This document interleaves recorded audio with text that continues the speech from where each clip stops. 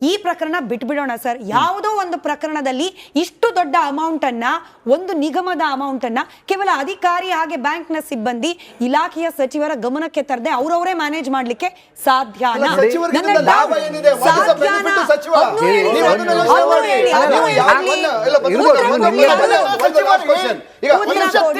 ಒಂದು 10 ಸೆಕೆಂಡ್ಸ್ ಕೊಡಿ. ಈಗ ನಾನು ನಿಮಗೆ ಒಂದು ಜನರಲ್ ಕ್ವಶನ್ ಕೇಳ್ತೇನೆ. ಈ 94 ಕೋಟಿ ಹಣವನ್ನ ತಾವು ಬಂದಿರೋ ಪ್ರಕಾರ ಒಂದು ಅವರ ಮೇನ್ ಅಕೌಂಟ್ ಇಂದ ಸಬ್ ಅಕೌಂಟ್ ಗೆ ಟ್ರಾನ್ಸ್ಫರ್ ಮಾಡಿದ್ದಾರೆ ಅಂತ ರಿಪೋರ್ಟ್ ಬಂದಿರೋದು. ಮೇನ್ ಅಕೌಂಟ್ ಇಂದ ಸಬ್ ಅಕೌಂಟ್ ಗೆ ಟ್ರಾನ್ಸ್ಫರ್ ಆಗಿದ್ರೆ ಇದಕ್ಕೆ ಸಚಿವರ ಲಾಭ ಏನಿದೆ?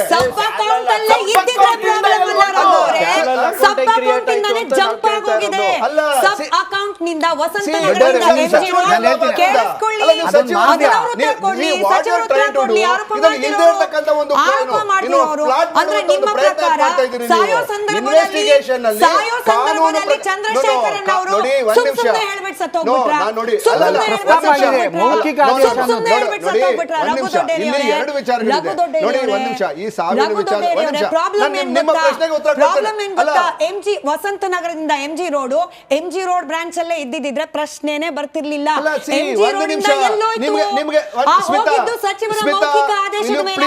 ಸಚಿವರ ಪಾತ್ರ ಇಲ್ಲ. ಒಂದ್ ನಿಮಿಷ, ಇವರು ಹಿಂದಿನ ಬಿಬಿಎಂಪಿ ಸರ್ಕಾರದಲ್ಲಿ 634 ಅಕೌಂಟ್ಗಳಿತ್ತು. ಎಷ್ಟು? 1-2 ಅಲ್ಲ, 634 ಅಕೌಂಟ್ ಇತ್ತು. 126 ಕೋಟಿ ಹಣವನ್ನ ಅಷ್ಟು ಅಕೌಂಟ್ ಗಳಿಗೆ ಅವರು ಟ್ರಾನ್ಸ್ಫರ್ ಮಾಡ್ಕೊಂಡಿದ್ರು. 636 1-2 ಅಲ್ಲ. ಸಾಫ್ಟ್ವೇರ್ ಕಂಪನಿಗಳಿಗೆ, ಐಟಿ ಕಂಪನಿಗಳಿಗೆ ವರ್ಗಾವಣೆ ಆಗಿತ್ತು.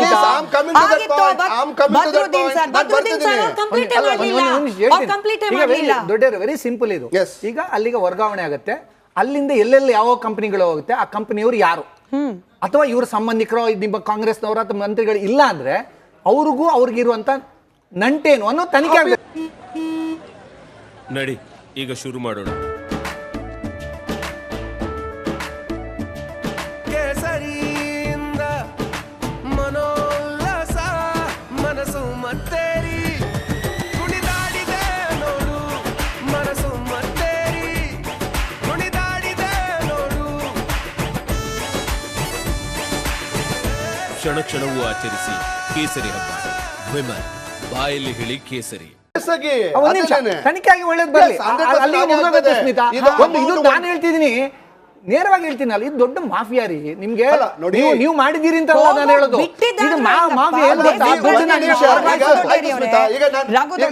ಇದನ್ನು ಸೇರ್ಸಿ ಉತ್ತರ ಕೊಡಿ ಅಲ್ಲ. ಈಗ ಬಂದೆ ಚಂದ್ರಶೇಖರ್ ಸರ್, ಇರಬೇಕಾಗಿದ್ದು ಯೂನಿಯನ್ ಬ್ಯಾಂಕ್ ನಲ್ಲಿ ಇರ್ತಕ್ಕಂತ ವಾಲ್ಮೀಕಿ ನಿಗಮದ ಅಕೌಂಟ್ ನಲ್ಲಿ ದುಡ್ಡು. ಅಲ್ಲಿಂದ ಯಾವ್ದ್ಯಾವ್ದೋ ಸಾಫ್ಟ್ವೇರ್ ಐಟಿ ಕಂಪನಿಗೂ ಹೋಗ್ಲಿಕ್ಕೆ ಬಿಟ್ಟವ್ರು ಯಾರು? ಯಾಕೆ ಹೋಗುತ್ತೆ? ಇದ್ರಲ್ಲಿ ಸಚಿವರಿಗೆ ಏನ್ ಲಾಭ, ಅಧಿಕಾರಿಗಳಿಗೆ ಏನ್ ಲಾಭ? ಕೇಳಬಾರ್ದ ಪ್ರಶ್ನೆ? ಉತ್ತರ ಕೊಡಕ್ಕೆ ನಾನು ಬಂದಿರೋದಿಲ್ಲ.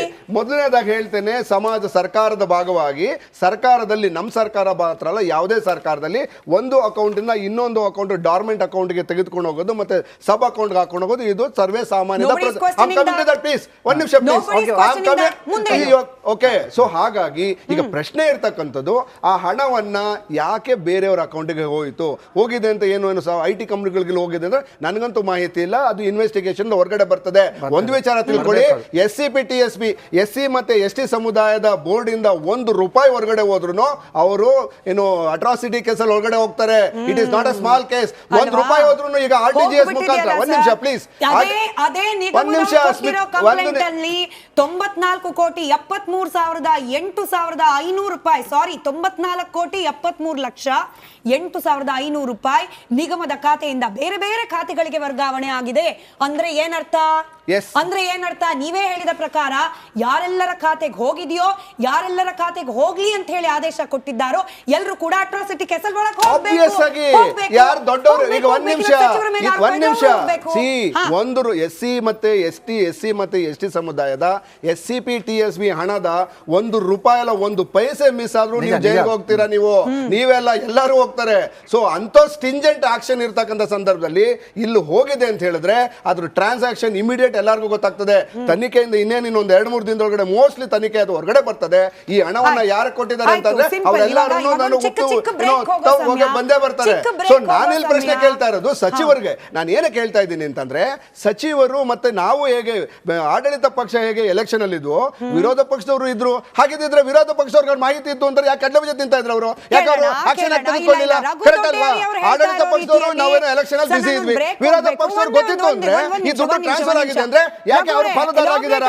ಅವರ ಅಕೌಂಟ್ಗೆ ದುಡ್ಡು ಹೋಗಿದ್ಯಾ? ಆನ್ಸರ್ ಮಾಡಿ ಬಿಜೆಪಿ ಅವರು. ನಿಮ್ಮಿಂದ ಚಂದ್ರಶೇಖರ್ ಅವರಿಂದ ರಘು ಅವರೇ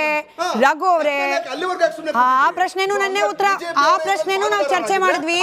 ರಘು ಅವರೇ ಕೇಳಿಸ್ಕೊಳ್ಳಿಯಪ್ಪ, ಚಿಕ್ಕ ಬ್ರೇಕ್ ಹೋಗ್ಬೇಕು. ಬ್ರೇಕ್ ಹೋಗೋಕ್ ಮುಂಚೆ ಸಣ್ಣ ಅನುಮಾನ. ರಘು ತೊಟ್ಟೇರಿ ಅವರು ಹೇಳ್ತಾ ಇರೋ ರೀತಿಯಲ್ಲಿ ಒಂದು ಬ್ಯಾಂಕ್ ಅಕೌಂಟ್ ಇಂದ ಇನ್ನೊಂದು ಯಾವ್ದೋ ಬ್ಯಾಂಕ್ ಅಕೌಂಟ್ ಹೋಯ್ತು ದುಡ್ಡು, ಆಯ್ತು ಅವರದ್ದೇ ಅಕೌಂಟ್ ಹೋಯ್ತು, ಅಷ್ಟು ಸಿಂಪಲ್ ಇದ್ದಿದ್ರೆ ಈ ವ್ಯಕ್ತಿ ಯಾಕೆ ನನ್ನ ಮೇಲೆ ಒತ್ತಡ ಇಫ್ ಇಟ್ ಈಸ್ ಆ ಪ್ರಶ್ನೆಗೆ ಬಂದೆ ಕಂಪ್ಲೀಟ್ ಆಗಕ್ ಮುಂಚೆನೆ you are trying to overlap my question. ಇಲ್ಲ, ಸಿಂಪಲ್. ಕೇವಲ ಬ್ಯಾಂಕಿಂದ ಬ್ಯಾಂಕಿಗೆ ವರ್ಗಾವಣೆ ಆಗಿದ್ದಿದ್ರೆ 6 ಪುಟಗಳ ಡೆತ್ ನೋಟ್ ಅನ್ನ ಬರೆದಿಟ್ಟು ಆತ್ಮಹತ್ಯೆ ಯಾಕೆ ಮಾಡ್ಕೊಂಡ್ರು ಚಂದ್ರಶೇಖರನ್ ಅವರು? ಇನ್ನೊಂದು ಅವ್ರದೇ ನಿಗಮದ ಬ್ಯಾಂಕ್ ಅಕೌಂಟ್ ನಲ್ಲಿ ಇರ್ತಿತ್ತಲ್ಲ. ಅಷ್ಟು ವರ್ಷಗಳ ಕಾಲ ಕೆಲಸ ಮಾಡಿ ಅವಾರ್ಡ್ ತಗೊಂಡ ಸಿಬ್ಬಂದಿಗೆ ಅಯ್ಯೋ ನಮ್ದೇ ನಿಗಮದ ಇನ್ನೊಂದು ಅಕೌಂಟ್ ಅಲ್ಲಿ ಇದೆ ಗೊತ್ತಾಗಲ್ವಾ? ಬ್ಯಾಂಕಿಂದ ಬ್ಯಾಂಕ್, ಒಂದು ಅಕೌಂಟ್ ಇಂದ ಮತ್ತೊಂದು ಅಕೌಂಟ್, ಅಷ್ಟೇ ಸಿಂಪಲ್ ಆಗಿದ್ದಿದ್ರೆ ಆತ್ಮಹತ್ಯೆ ಯಾಕಾಗ್ತಿತ್ತು? ಆತ್ಮಹತ್ಯೆ ಯಾಕಾಯ್ತು ಅಂದ್ರೆ ಈಗ ಅವ್ರ ಮೇಲೆ ಒತ್ತಡ ಬಂದಿದ್ದಕ್ಕೆ ಆತ್ಮಹತ್ಯೆ ಆಗಿದೆ. ಇಲ್ಲಿ ಈ ತರ ನೀವೇನು ಹೇಳಿದ್ರಿ, ಇದು ಮಿಸ್ಯೂಸು ಹಿಂದೆ ಸಬ್ ರಿಜಿಸ್ಟರ್ ಆಫೀಸ್ಗಳೆಲ್ಲ ಆಯ್ತಾ ಇತ್ತು. ಈ ಡಿಗಳನ್ನ ಕಲೆಕ್ಟ್ ಮಾಡಿ ಅವ್ರು ಬೇಕಾದಂಗೆ ಬಳಸ್ಕೊತಾ ಇದ್ರು.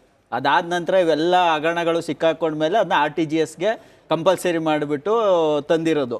ಇದೇ ವ್ಯವಸ್ಥೆ ಇಲ್ಲೂ ಕೂಡ ಎಷ್ಟೋ ಸಂಸ್ಥೆಗಳಲ್ಲಿ ನಡೀತಾ ಇದೆ. ಈ ಹಣನೇನು ಮಾಡ್ತಾರೆ, ಬೇರೆ ಪ್ಯಾರಲಲ್ ಅಕೌಂಟ್ಗಳು ಅದೇ ರೀತಿ ನೇಮ್ ಕೊಡೋದು, ಇನ್ನೊಂದೇನೋ ಇದು ಮಾಡೋದು, ಸೇಮ್ ನಿಗಮ ಮಂಡಳಿ ಥರನೇ ಇನ್ನೊಂದು ಪ್ಯಾರಲಲ್ ಅಕೌಂಟ್ ಮಾಡಿ ಅಲ್ಲಿಗೆ ಟ್ರಾನ್ಸ್ಫರ್ ಮಾಡಿ ಅಲ್ಲಿಂದ ಡಿಸ್ಟ್ರಿಬ್ಯೂಟ್ ಮಾಡ್ಕೊಳ್ಳೋದು. ಇದು ಒಂದು ಮಾಫಿಯಾ. ಇದು ಏನಕ್ಕೆ ಅಂದರೆ ಪರ್ಸ್ನಲ್ ಯೂಸ್ಗೆ, ಆ ಟೈಮ್ಗೆ ಶಾರ್ಟ್ಗೆ. ಇಲ್ಲಿ ಡೆಡ್ ಆಗಿ ಬಿದ್ದಿದೆ, ನಾವು ಬಳಸ್ಕೋತೀವಿ, ರಿಯಲ್ ಎಸ್ಟೇಟಿಗೆ ಬಳಸ್ಕೋತಾರೆ, ಬೇರೆ ಇನ್ಯಾವುದಕ್ಕೋ ಬಳಸ್ಕೋತಾರೆ, ಎಲೆಕ್ಷನ್ಗೆ ಬಳಸ್ಕೋತಾರೆ. ಬಟ್ ಅದೆಲ್ಲ ಖಾತ್ರಿ ಇರುತ್ತೆ. ಇಲ್ಲ ಖಾತ್ರಿ ಇದ್ದಿದ್ರೆ ಈ ಸಿಬ್ಬಂದಿ ಇಲ್ಲಿ ಏನಾಗುತ್ತೆ ಅಂದ್ರೆ, ಇಲ್ಲಿ ಅನುಮಾನ ವ್ಯಕ್ತಪಡಿಸಿದ ತಕ್ಷಣ ಬೇರೆ ಯಾರಿಗೋ ಇದು ಸಿಕ್ಕಾಕೊಳ್ಳಿಲ್ಲ ಅಂದ್ರೆ ಅದು ಪ್ರಾಬ್ಲಮ್ ಆಗಲ್ಲ. ಸಿಕ್ಕಾಕೊಳ್ತು ಅಂದ್ರೆ ತಲೆದಂಡ ಆಗುತ್ತೆ, ಮಿಸ್ಯೂಸ್ ಮಾಡ್ಕೊಂಡ್ರು ಅನ್ನೋದು ಬರುತ್ತೆ. ಇದು ಸಾಕಷ್ಟು ನಡೆದಿದೆ. ಇವನ್ ಪೋಸ್ಟ್ ಆಫೀಸ್ಗಳಲ್ಲಿ ನಡೆದಿದೆ, ಬ್ಯಾಂಕ್ಗಳಲ್ಲಿ ನಡೆದಿದೆ. ಎಷ್ಟೋ ಜನ ಆತರ ಕೊಟ್ಬಿಟ್ಟು ದುಡ್ಡು ಕಲೆಕ್ಟ್ ಮಾಡ್ಕೊಳ್ದೆ ಸುಸೈಡ್ ಮಾಡ್ಕೊಂಡಿದ್ದಾರೆ, ಜೈಲಲ್ಲಿ ಬಿದ್ದಿದ್ದಾರೆ ಎಷ್ಟೋ ಜನ ಮ್ಯಾನೇಜರ್ಸ್ಗಳು. ಈ ವ್ಯವಸ್ಥೆ ಸೇಮ್ ಇಲ್ಲೂ ಕೂಡ ಅದೇ ರೀತಿ ನಡೆದಿರೋದು. ಈಗ ಇನ್ನೊಂದೇನಂದ್ರೆ, ಈ ಪ್ಯಾರಲಲ್ ಅಕೌಂಟ್ ಆಗ್ಬೇಕಾದ್ರೆ ಮಂತ್ರಿಗಳು ಏನ್ ಮಾಡ್ತಿದ್ರು, ಇದು ಮುಖ್ಯವಾದ ಕ್ವಶನ್. ಪ್ಯಾರಲಲ್ ಅಕೌಂಟ್ಗಳು ಆಗ್ಬೇಕಾದ್ರೆ ಮಂತ್ರಿಗಳ ಕೈವಾಡ ಇಲ್ಲದೆ ಪ್ಯಾರಲಲ್ ಅಕೌಂಟ್ ಆಗಕ್ ಸಾಧ್ಯ ಇಲ್ಲ.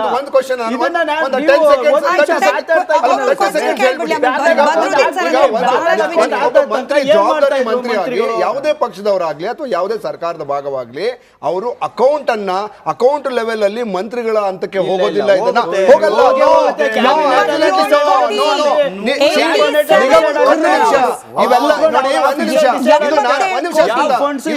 ಸರ್ಕಾರದ ಭಾಗವಾಗಿ ಮಾತಾಡ್ತಿಲ್ಲ ನೋಡಿ.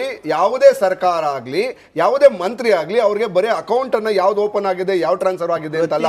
ಅಧಿಕಾರಿಗಳ ಪ್ಲೀಸ್, ಯಾವ ಅಧಿಕಾರಿಗಳನ್ನ ನಿಯೋಜನೆ ಮಾಡೋದು, ಅಧಿಕಾರಿಗಳನ್ನ ತೆಗೆದುಕೊಳ್ಳೋದು ಮತ್ತೆ ಸರ್ಕಾರ ನಡೆಸ್ತಾ ಇರ್ತಕ್ಕಂಥದ್ದು, ಇದು ಕಾರ್ಯಾಂಗ ಮತ್ತೆ ಇದು ಎರಡನ್ನೂ ಜೊತೆನಲ್ಲಿ ಹೋದಾಗ ಮಾತ್ರ. ಸೊ ಹಾಗಾಗಿ ಮಂತ್ರಿಗಳಿಗೆ ದೊಡ್ಡ ಕೆಲಸಗಳನ್ನ ಬೇರೆ ಬೇರೆ ಜವಾಬ್ದಾರಿಗಳಿರ್ತವೆ. ಇಲ್ಲಿ ಅಧಿಕಾರಿನ ಮ್ಯಾನೇಜಿಂಗ್ ಡೈರೆಕ್ಟರ್ ಅಪಾಯಿಂಟ್ ಮಾಡೋದು ಯಾಕೆ ಅಂದ್ರೆ ಮಿನಿಸ್ಟ್ರು ಮಾಡಕ್ಕಾಗದ